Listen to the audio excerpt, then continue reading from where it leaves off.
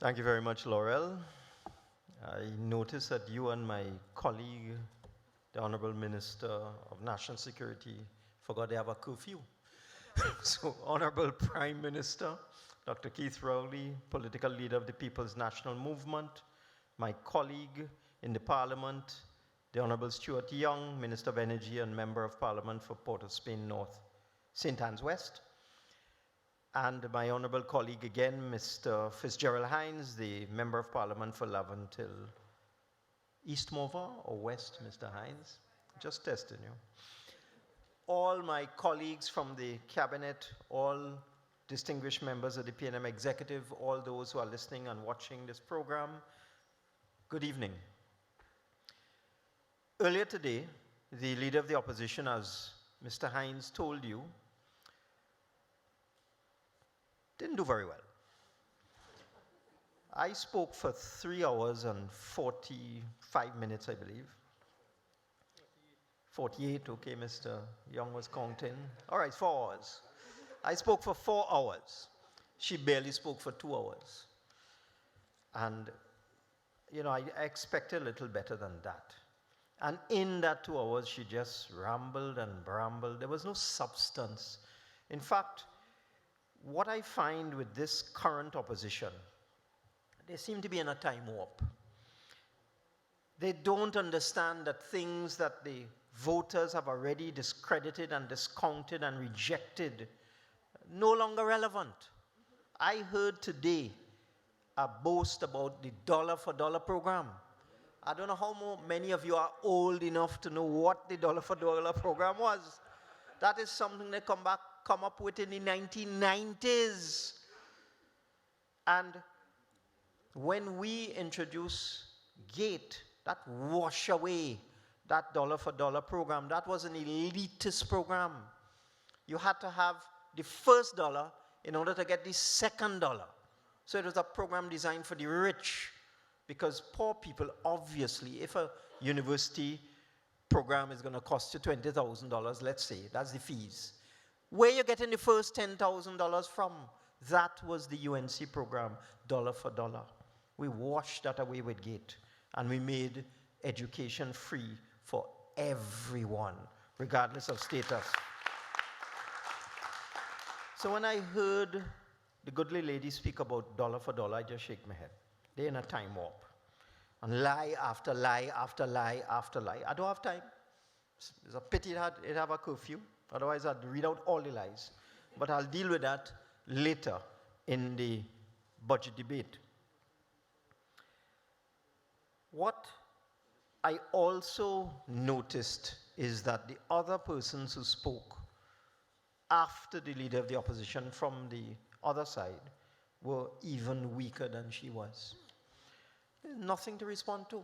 In fact, after she finished, I concluded that I could wind up the debate now with nothing to answer. Just get up and say, I beg to move. Let's move on with the appropriation. And that is what we in the PNM have to do. Don't study them. They are spent force. We are the government of Trinidad and Tobago. And we have outlined a very ambitious program for year 2022. And all ministers are on notice. This budget statement is your work program for 2022. And you will be judged at the end of the year, as I am. Every year, every budget speech, they say, Imbert say he will fix agriculture, and he didn't. And Imbert say he will deal with health, and he didn't. Well, you see, next year, you will be judged by the population. So I'm asking every minister, pay attention to the work program that's in this budget speech, and let's get it done. We are a performance-oriented party. I just want to make a few points about what's in this year's budget. This year, we sought to deal with as many sectors and as many groups as we could. As we move the country from its current situation, we are now recovering from COVID, and that is why the theme of the budget is resilience in the face of a global pandemic. I thought that was a most appropriate theme because the country and the government has shown how resilient we are. We are a resilient party, a resilient government, a resilient country. We faced this crisis. This is the first time, as we say in the budget speech, in almost 60 years that any government has had to face both an economic crisis and a health crisis at the same time. It's a serious, serious challenge that we in the PNM were faced, and we have come out with flying colors. And I personally want to congratulate the vaccination team, the public health team, because they have faced so much criticism and abuse over the last 18 months. But if it wasn't for the health team, headed by the Prime Minister, followed by the Minister of Health, the now Minister of Energy, Attorney General, and I believe Minister Hines, you in that now too, the health team have kept it together, carefully publishing public health restrictions when they were required, carefully doing the best that we can for the population, protecting our citizens' health. That was first and foremost, and also seeking to reopen as many areas of the economy as we possibly could without endangering the health and lives of our citizens. It wasn't easy. Them fellas get cussed every week. Why you close this, and how come you wouldn't let bars open, and what go, and see that? I take my hat off to that team, our health team. And then the performance with vaccination. We are well ahead of many, many other countries in the world, in the region, way ahead. We have more vaccines than we need, and we have more on order if it becomes necessary. That too was the work of a team, the Prime Minister, the Minister of Energy, the Minister of Foreign Affairs, and the Minister of Health, of course. First, and not first, but foremost inside of there, the Prime Minister is the man behind it all. And we now have a variety of vaccines. We have Sinopharm vaccines, we have Pfizer vaccines, AstraZeneca vaccines, and we have sufficient to vaccinate our entire population. And I want to make a special appeal now, because the only way the government can reopen the economy in full is if people get vaccinated. Vaccination is the key to economic and social recovery in this country. And I heard Mr. Hines talking about his efforts in terms of going into his constituency and promoting vaccination, and I commend him for that. And all of our MPs are doing that. I also want to give you some idea of what the budget is all about. We had a decision to make. If I had listened to people who don't have our best interests at heart, who don't have the public interests at heart, who really want us to take stupid advice from them, mash up this country, we would have slashed the national budget for 2022. In fact, for weeks before the budget was delivered, that was the old talk that you were reading in the newspapers and on the radio and seeing on television. They have a whole side of them, about 7 of them. Haters, I call them. Bring out about 7 of them. And they use them to try and influence public opinion. So they have them on TV. And this is what should be in the budget, and that is what should be in the budget. But the worst piece of advice that they tried to give us that we will not take is to cut public expenditure to meet revenue. And let me explain, and don't forget devaluation. Well, we ain't taking them on with this devaluation stupidness again. Because if we had listened to them, they told us back in September 2015, the advisors came telling us what to do. They said, devalue the dollar 10 to 1. You say, why? Who is that? They say, if you don't devalue the dollar 10 to 1, within 6 months, Trinidad and Tobago will run out of foreign exchange and the whole country will crash. Well, 6 years later, we have US $7 billion in foreign reserve. 6 years later, not 6 months, We're not stupid, because we know what a devaluation will do to those who can least afford it. The rich man could handle it, But the poor man, if you devalue the dollar 10 to 1, the cost of living will go up by over 50%. Real wages will go down, purchasing power will go down, people will suffer. Are we not stupid? We're not taking that stupid advice. So that was the devaluation advice. So we decided to try and maintain inflation and try and keep it below 1%. And it has remained at 1% or below until just very recently it went up to 2%. 2%. There were times when we had an oil boom that our inflation was 12 and 13%. Some of these countries around the world, if you look at inflation, in some countries in our region, 15, 20% inflation. We have had 1% inflation for 5 years, and now it's 2%. And the only reason it's 2% is because of worldwide shortages of basic commodities and increased freight cost. And we don't believe that that will last forever. And we expect inflation to go back down to below 2%. But if you listen to them, there will be a 50% inflation. But coming back to the point I'm making, they keep crying at us that we must cut expenditure to match revenue. And it's important, it's an important point that I need to make, because in the pandemic, we had got our revenue up to $47 billion in 2018 and 2019. 47 billion. We are almost close to balancing the budget, because we run about a $50 billion economy, give or take $1 billion or $2 billion, depending on the circumstances. So we were at 47 and we were closing the gap. And then came COVID. And COVID knocked our revenue back down to the 2016 level. You know when oil went down to $25? COVID knocked us back down to 35 billion. So we had a choice. Do we keep people in jobs?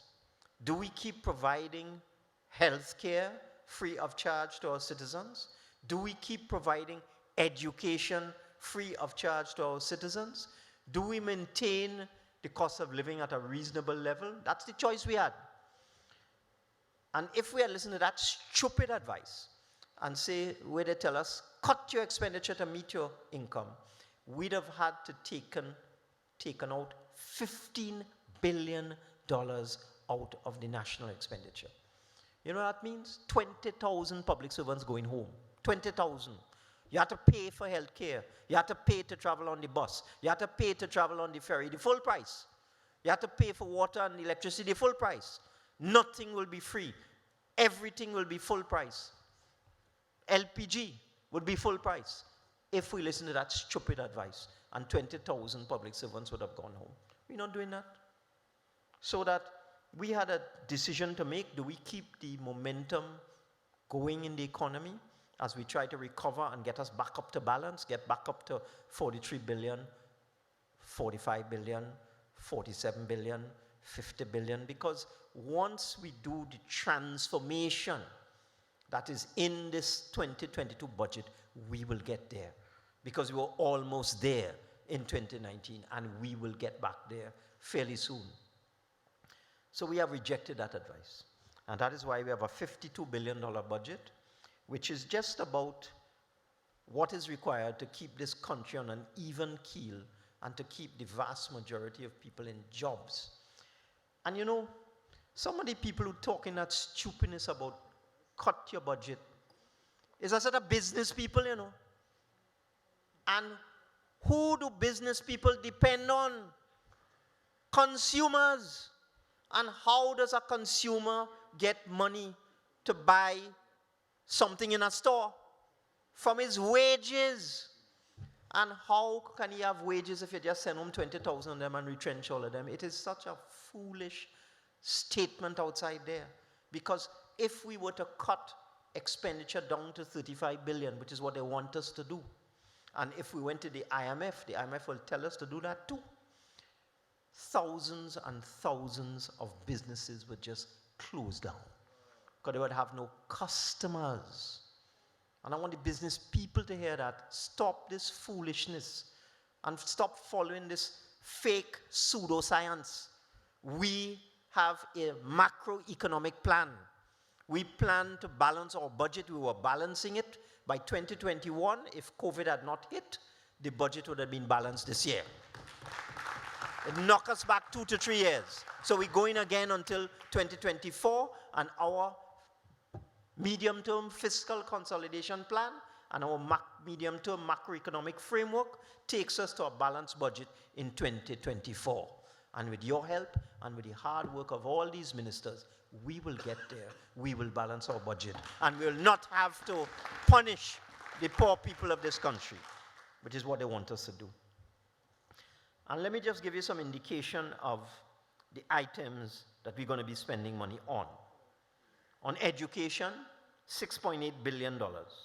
And that is for the University of the West Indies, the University of Trinidad and Tobago, for GATE, for COSTAT, for all of the various technical colleges, for the secondary school system, for the primary school system, $6.8 billion. On health, $6.4 billion. And that expenditure has gone up a bit in the last year or two. It's gone up significantly, actually, because we have made sure that we have not sacrificed our health sector, because we understand that the only way for this country to come out of COVID was to keep that health sector alive and feed it with the resources that it required, which we have done. Which is why we have $6.3 billion for health. National security, very important, and the national security figure, these figures are all combinations of things. For example, the health figure is the Trinidad expenditure and the Tobago expenditure combined. Education and training is primary, early childhood, primary, secondary, tertiary. That's what that total figure is. National security is police and all the services, fire, prisons, defense force, Coast Guard, Army, etc. 5.6 billion, so it's all combined. National Security Council, Strategic Services Agency, and so on. Works and transport, 3.5 billion. Public utilities, 2.7 billion. Local government, 1.6 billion. Agriculture, 1.2 billion. And housing, which we finance off budget, and which also has a revenue stream of its own when it converts people who are occupying HCC houses, converts them from what is called a license to occupy, which is more like a rent, into a full mortgage, and they get their mortgage from TTMF. That gives a revenue stream to the Ministry of Housing, which we need to work on very seriously in this year, 2022. I would also say that we, as I said, we looked at what people were saying. We recognize with COVID, and this is a point I think needs to be emphasized, one of the greatest problems with COVID was unemployment. Because when businesses were closed, after a while businesses were using their retained earnings and their savings to survive. But they could only do it for so long. So there was a fallout in terms of unemployment. As the economy reopened, some sectors remain open right through. Food, the food sector remained, food manufacturing sector, remained open right through. There were essential services that remained open right through, but some were not. Some were shut down for some periods, some were allowed to open for brief periods, some were closed for a long time. So for example, the hospitality sector was profoundly affected. So that in going forward now, to make sure as we go forward, to make sure that as many ordinary people are in jobs, are employed, have a salary at the end of the month or the fortnight as the case may be. What's the solution to that? It has to be that you have to assist the businesses that employ them. This thing is common sense. Employed people are employed by somebody. They're employed by the employer, a businessman or a businesswoman. And therefore, in order to get people back on their feet, get income back in their pockets, get them back into some sense of stability, we have to assist the businesses that employ them. Because if we don't, there's nobody to employ anybody, and everybody will remain unemployed. This is the ABC of economics. So I thought I'd spell it out for those other foolish people who are saying the budget only helps business people. Of course, the budget helps business people because that is to help you, the ordinary man, to keep your job. But that is not all we did, because the P&M is all about people. In the budget, we have announced the reduction in taxes on a number of basic food items, and we did it very scientifically, very, very scientifically. After a lot of consultation, you will have seen a list published over the last few days of 45 of the most commonly used food items by people at the lowest income level. 45 of them that we have taken value-added tax off. And that will become effective on the 1st of November. And when you look at the basket, it's oil, cooking oil, for example. It's canned food. And I heard a set of old talk about that. Only a rich man will quarrel about that, because he doesn't understand that poor people have challenges with refrigeration. Not everybody have 2 fridge and freezer in the house. So therefore, your ordinary man has to deal with non-perishable goods. You see, these people are not connected to the ground at all. So that is why we have to assist people with canned food. And I have to hear stupidness about canned food bad for your health. So what are they going to eat? They're going to go and buy 5 fridge in quarts and go and fill it up with fresh food. These people are not serious. So that in the 45 items that we've taken VAT off, we have been very careful to look at the basic items that a child would take in their lunchbox to go to school, that a construction worker would take in his bag to go to work on a construction site, that a factory worker would take to go to work on the factory floor. We have carefully selected the basket of the most common and the most basic foods that people would use. I hear somebody complaining that, I hear somebody complaining that we took VAT off a ham slice and cheese slice. Well, what is the most common sandwich in Trinidad and Tobago? It's a slice of ham, a slice of cheese, and 2 slices of bread. People foolish, yes? And I would just end by saying that we consulted widely. We consulted with every group, and one of the groups I met with, and I will end with this, was the trade union movement. I tried to meet with them on several occasions, and they had a reason why they couldn't meet. They couldn't get their members together. It wasn't convenient. I said, oh, no problem. So we kept giving them dates, and eventually, in the week before the budget, I was able to have a virtual meeting with the trade union movement. They appointed Mr. Ansel Roger as their spokesman. So you had NATOC there, JTUM, FITUM, all the various large trade unions, all in the meeting. And they appointed Mr. Roger as their spokesman. I gave him the floor. I said, could you tell me your budget recommendations, please? So he pulled out his paper. He had a long thing. The first item that he said was the most important thing was the resumption of collective bargaining.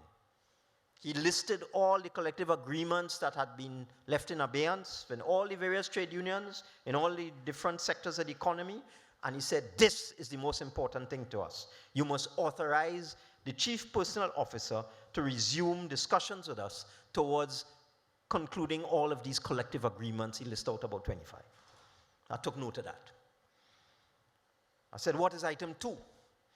He said there are some nurses who are in unsatisfactory temporary contracts in the RHAs. They can't get gratuity, they can't get pension. You need to help the nurses to get regularized. Take note of that, item 2. I said, what is item 3? You need to finalize the pension plan for daily paid workers. That's going on too long, right? Item 3. And what are the other items? Or the other items were things that could not be settled easily. Okay? For example, they don't want any restructuring of state enterprises until we have consultation and collaboration with the trade unions. I tell them we'll get back to you on that.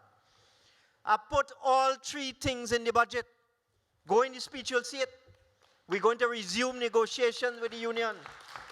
We're going to regularize the employment of the nurses. We're going to finalize the daily paid pension plan. They say the budget is a con job. You think it's easy with them? You can't please anybody in this country except the right-thinking people, which is 90% of the population. So my message to you tonight is don't be fooled. The 90% of the people in this country are highly intelligent. We have a highly intelligent population, a highly educated population, a sober population, a right-thinking, balanced population. Don't fool yourself. They know that what we are doing for them is the best that could be done. They know the PNM has them in mind. They know we care for them, and they know we are going to rescue this country. I thank you, ladies and gentlemen. Long live the PNM, and shall it prevail.